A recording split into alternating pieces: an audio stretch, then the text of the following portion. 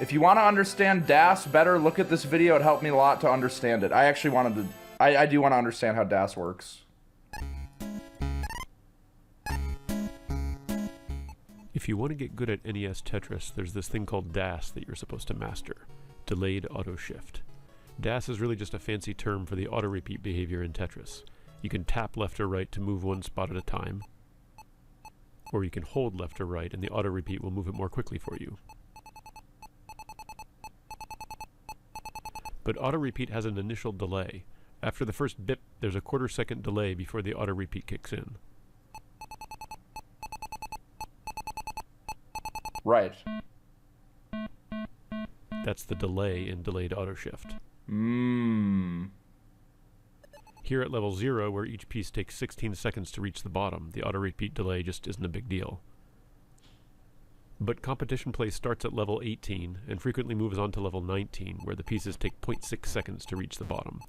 Here I'm trying to move the pieces alternating left and right, just to show how much that initial delay gets in the way. Once we're a couple rows up, the delay is eating up most of our time, and we can't even get the pieces where they need to go. The delay makes level 19 pretty much unplayable. But there's a trick. With careful timing, you can suppress the delay and keep it suppressed, which makes it look more like this. I do this sometimes.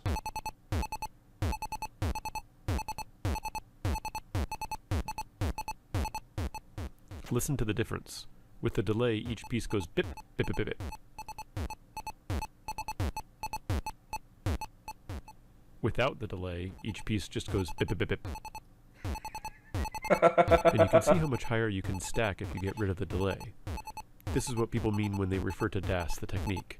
It's really the opposite of DAS. It's DAS suppression, or maybe undelayed auto shift. Right. I've been wanting to learn how to do this technique, but I didn't really understand how to practice it or what it feels like, or really anything about it until I got this book. Among other things, this book does a great job of explaining how DAS actually works. But even more interesting, Tricks of the classic Tetris masters? To visualize DAS interactively. So I followed the links and they're gone. The internet seems to have completely forgotten that these plugins ever existed. Even the Wayback Machine doesn't know about them. I'm sure these plugins are out there somewhere, but I decided it'd be more fun to write my own anyway. FCEUX is an NES emulator that has features like a debugger and a memory watcher and the ability to load Lua scripts as plugins that run in the background. Okay. And these plugins can do things like read data from the emulator's memory and overlay text and other graphics on top of the screen, and do all this within the context of the emulator's event loop. And of course, people on the internet have figured out at least some of the memory structure of NES Tetris, which gives us some leads for what memory addresses we should watch if we want to understand how DAS works. Okay. A-type, which just means the normal with my own display. Interesting bit. A DAS meter. This represents an integer in memory that the game is using to implement auto-repeat. This variable ranges from 0 up to 16, and understanding this variable is the key to understanding DAS. The rules are pretty simple. When you press left or right, the counter drops to 0 and the piece moves one spot. As long as you hold left or right, the counter increases one value per frame. If the counter reaches 16, it drops back to 10 and the piece moves again. Okay. And when you finally release left or right, the counter stops where it is. In slow motion, here's what single taps look like. Because we keep pressing left or right, the counter keeps going back to 0, and since we're never holding it for very long, the counter value never gets very high. But here's what it looks like when we auto-repeat. On each new press, the value goes back to 0, and then it has to rise all the way up to 16, but after that it only has to rise 6 frames per step. That's where the slow and then fast behavior comes from. Okay. When the counter is at 10 or above, we consider DAS to be charged because it's ready to move a piece quickly without that long delay. Our meter is green when it's charged and red when it isn't. Our goal is to keep the meter charged as much as possible, but how... So DAS was the first thing, right?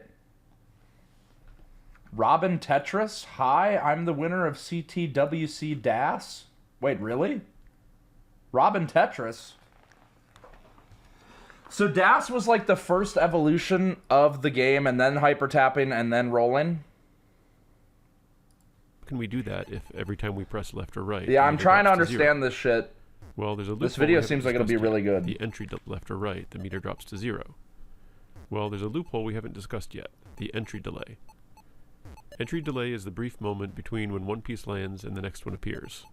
The entry delay is short. It's normally 10 frames or up to 18 when there's a line clear animation. And the loophole is, if you press left or right precisely during that entry delay, the meter doesn't reset. By press, I mean the initial pressing of the button. You can hold the button past the entry delay and you can release it whenever you want. What matters here is when you initiate pressing of the button. So let's try it. Back on level 19, let's do the alternating left and right thing and try to only initiate presses during the entry delay. DAS is the OG playstyle. They do So far, DAS so good. only tourneys now because it's so unviable. Oop, messed Yeah. That's what I Try to figured. only initiate presses 'Cause I saw during the there was entry DAS delay. tournaments. So far, so good. Oop, messed up there. But now we're good again. But now... So basically, it's you're holding, and during the delay, you start holding again.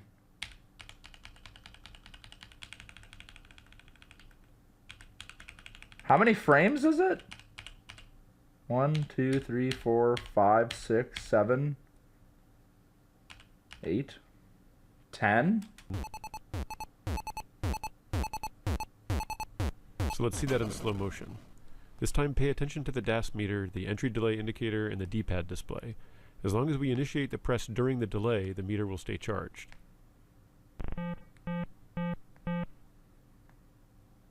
That one's good.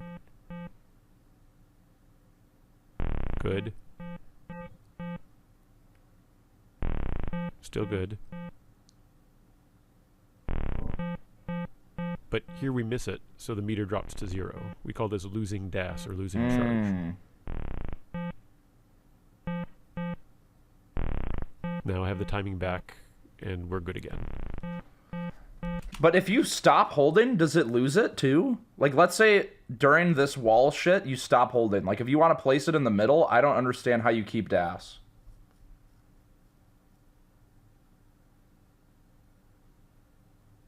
No, that's skill stop.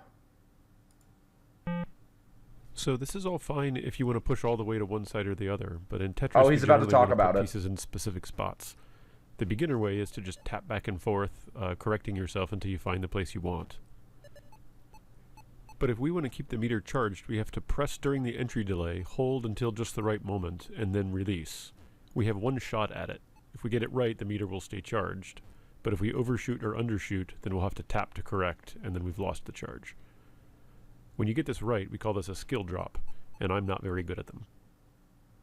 Here in slow motion are some skill drops and then some misses. Here I'm keeping the meter charged, getting the timing right on each piece, pressing at the top and then releasing at just the right moment. Yo, Zach, rats on But the here I break, max overshoot, out. and so I have no choice but to tap again to correct, which clears out the meter, slows down the next piece, and gets me out of the rhythm. Oh. Maintaining skill drops consistently is tricky. So anyway, this is my DAS Explainer plugin, and playing around with it interactively has really helped me understand how DAS works. But what I want is to get better at DAS the technique. So I made a different plugin, the DAS Trainer.